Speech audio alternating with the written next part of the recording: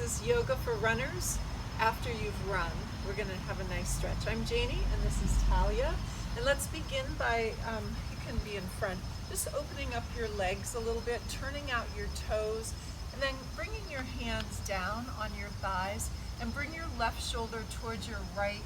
Yeah, and you give a little twist and then you push with your left hand into your thigh. So you want to feel it in your adductor muscles, those inner thigh muscles. Good. And then let's come up and do the other side. Yeah, so you're getting a nice stretch in your inner thighs as well as your spine, and pressing equally into your legs. And take one more breath. Good, and then slowly release and come out of it. And then just go back and forth, just bending your knees side to side, just to get the inner adductor muscles here. And just a couple more. Good, and then you can stand up. And we'll keep our legs nice and wide and then turn the toes in parallel.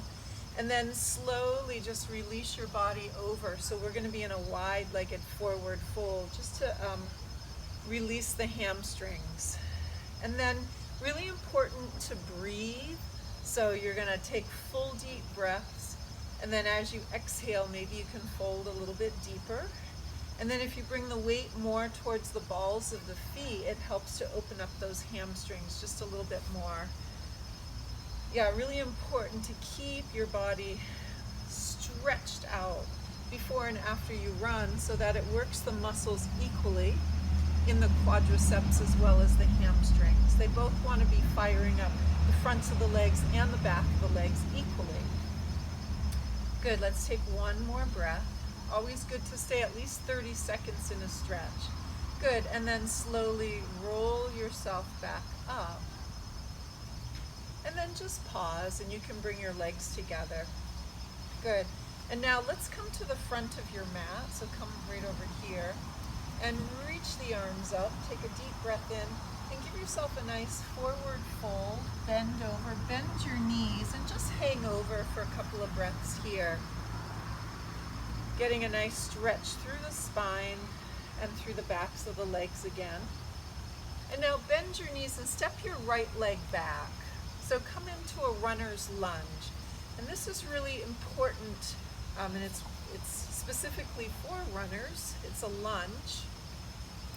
And what you want to do is you want to open up that. So Talia has her right leg back and the front of your hip flexor, and there's the psoas muscle.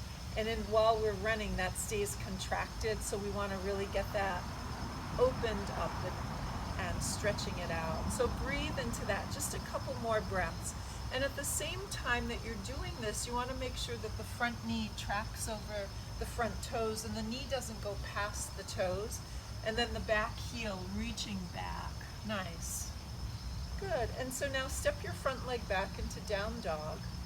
And we'll take just a few breaths, and you can walk your dog out by stretching the Achilles. The Achilles always need to be stretched out after you've run. And breathe your breath down into the Achilles. It is getting warm. And then press both heels down and stay here for a couple of breaths.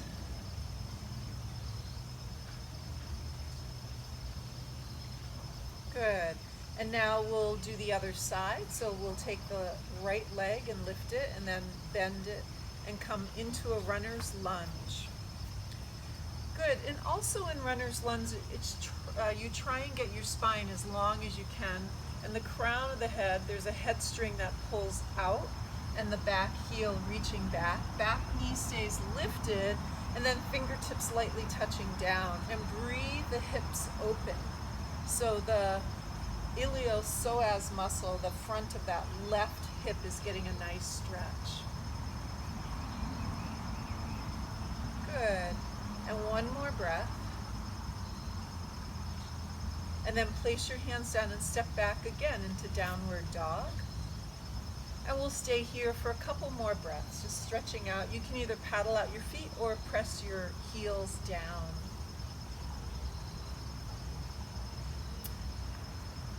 And then we'll go into the first side again. So we'll lift the left leg and step through into a runner's lunge, This time put your back knee down so we come into a low lunge. And then bring your weight back onto the back knee. So you're gonna actually stand up a little bit. Yeah, and you can bring your hips right over your knee, so you're actually just gonna stand yourself up. Yep. Then from here, raise your right arm up, and then we're gonna release over slightly. So we're gonna get a side body stretch here. And if you want to press your hips slightly forward, you can do that too. And that gets even deeper into that psoas, or that hip flexor. And if you feel like you need padding under your knee, you can always take a blanket or a pillow, or even doubling up your mat.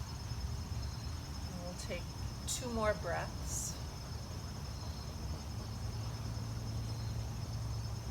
And then after those 2 breaths, slowly release your hands down onto the mat. Now walk your hands back and stretch your front leg. And this is called monkey god, half monkey god splits. And then you might be really tight here. So we have props in yoga. These are blocks, and Talia will show you the modification. And can you come up just a little bit? So when people have really tight hamstrings, they won't be able to bend over. So yeah, and if you can't even touch the blocks, you can just come up. So there's various modifications you can do here. And then if you have the flexibility, you just want to release your body over, and you try to lengthen your spine as much as you can as you inhale, and then as you exhale, forward fold. So when you flex your front foot, you go deeper into the hamstrings, and if that gets too intense, then just put your, point your foot. That will, good. And we'll stay for 1 more breath.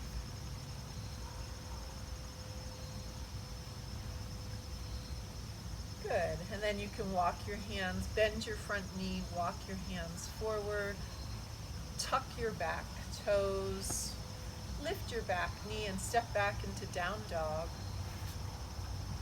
And pause for a couple of breaths here.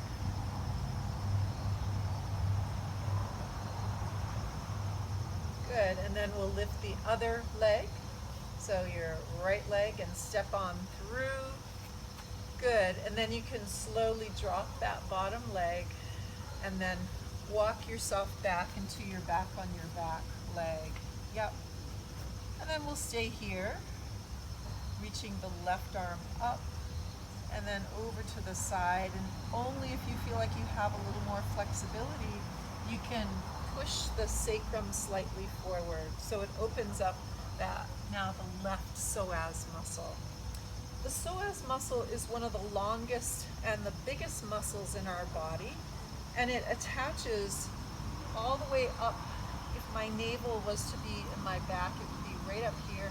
It attaches and it goes down the leg, and it goes into the mid-thigh. So it's huge, and it is responsible for stabilizing us when we're walking and when we're running, we're sitting and standing. It's contracted. So really important to open that psoas muscle up. Good. And then slowly come up, and let's bring your hands down and walk your hands forward. Good. Now walk them back. Good. And then either flex your front foot, or if that's too intense, keep it pointed. And then forward folding over your leg, and you decide how far your body can go over. And then when you inhale, you want to think about lifting up out of your hips, and then as you exhale, you fold a little bit deeper, and that'll help you to go a little bit deeper into your hamstrings.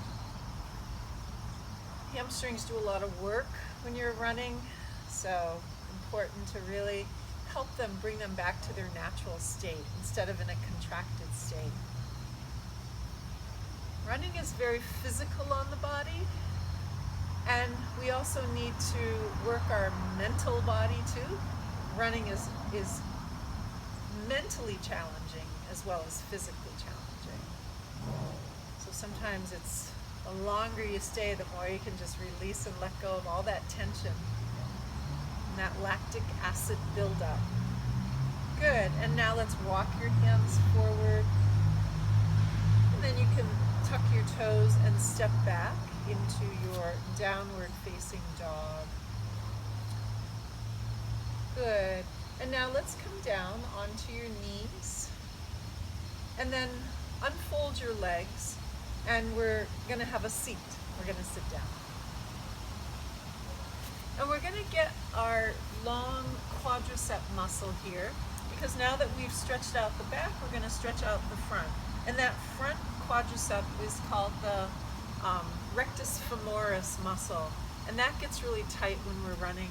So there's different modifications. So I'm going to show you if somebody's really tight, if you're tight in your quadricep, you can sit up on a block or a pillow or a blanket, and you're going to put your right foot forward and your left foot back. Now if you feel like you can do this without the block, then I'll have Talia just sit here. Actually, if you can face with your legs here and tuck your left foot under, yeah. And can you bring your knee a little closer in? And how's that? Okay, so she's got her right leg forward, so that means her right elbow is going to go back, and she's going to come back on that. And you want to try and keep the knee down as much as you can. Good. This might be enough for you, but if you have more to give to this posture, then you can release down onto your back. Yeah. And then breathing here, breathing into this muscle. Now this rectus femoris muscle actually comes down and it attaches into the knee, so you might feel a good stretch in your knee, but if you ever feel pain on the inside of your knee as opposed to where the muscles attach out here, then you've gone too far, and ease back a little bit. And then you want to make sure you breathe deeply into this quadricep.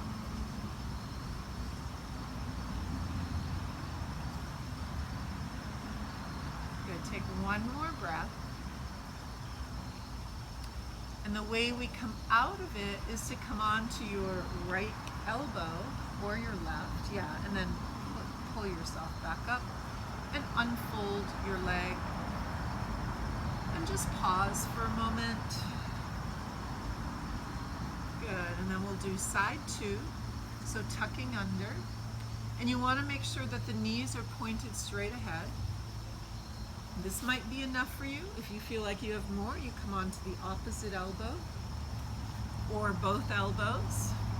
And it looks like Talia has a lot of flexibility here, so if you want to go all the way down, you can. Trying to maintain the stability in your knees. And then breathing into that rectus femoris. That is the front of the quadricep. There's 4 quadricep muscles that make up the front of your thigh, the tops of your thighs. And this one is the largest muscle that probably gets worked out the most. So we're taking care of the hamstrings on the back of the leg and the front, the quadriceps on the front. Equally important that they both get stretched because they work pretty strong as you work. And making sure that you completely let go as you exhale. And we'll take one more breath. The sun's getting pretty bright. I need my sunglasses. Then slowly, you can stay down, just unfold your legs and hug your knees, and you might want to bring your head onto the mat a little bit. And just hug your knees into your chest.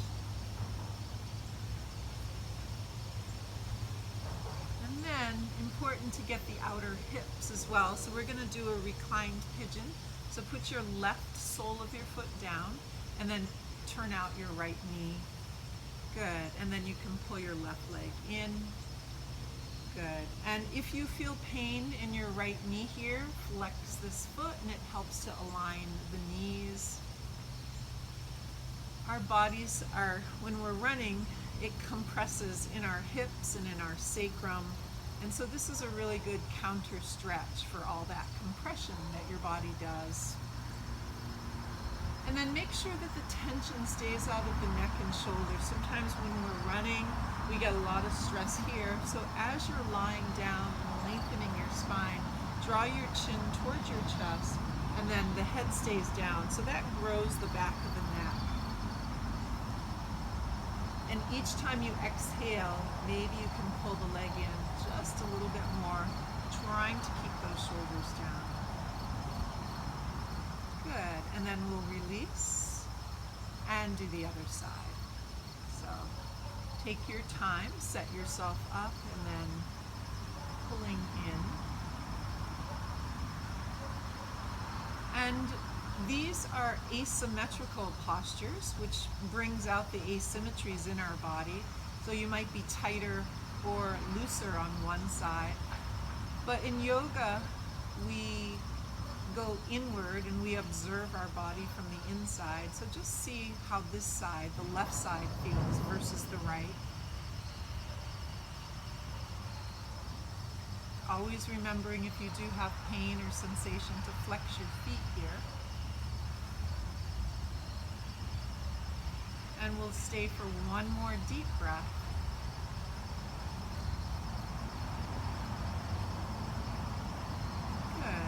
And then you can slowly release. And then just pause for a moment and let all the muscles around the spine soften into the mat, releasing in the hips, releasing in the pelvis. And just notice the spine lengthening and releasing.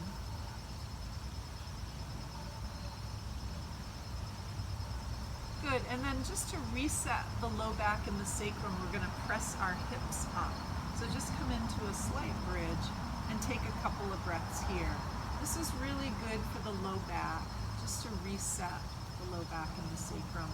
And your feet are hip distance apart. So one more breath.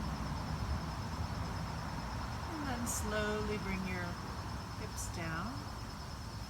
And then hug your knees. And then turn your knees over to one side and just get a nice stretch. You can bring your arms out. So just releasing some of the tension in the spine, giving yourselves a gentle twist. Good, come back to center. And then just drop your knees over to the other side. Getting a little bit of length and a little bit of torquing in the spinal column to help with blood flow and circulation. Good, and then you can come back to center, and then slowly turn over one more time to one side and sit yourself up.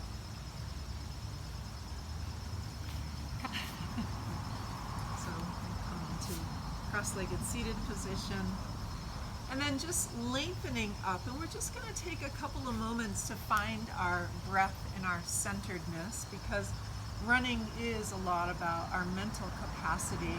It's always good to stay balanced and focused. So take your hands over your heart center and just feel the center of your sternum. And in yoga we call that the heart center. And take a deep breath in and let go. Exhale. We'll do two more. Full deep breath in and let go. Exhale. One more, as big of a breath as you can take in, and exhale. And thank you for joining us for Yoga for Runners. Namaste.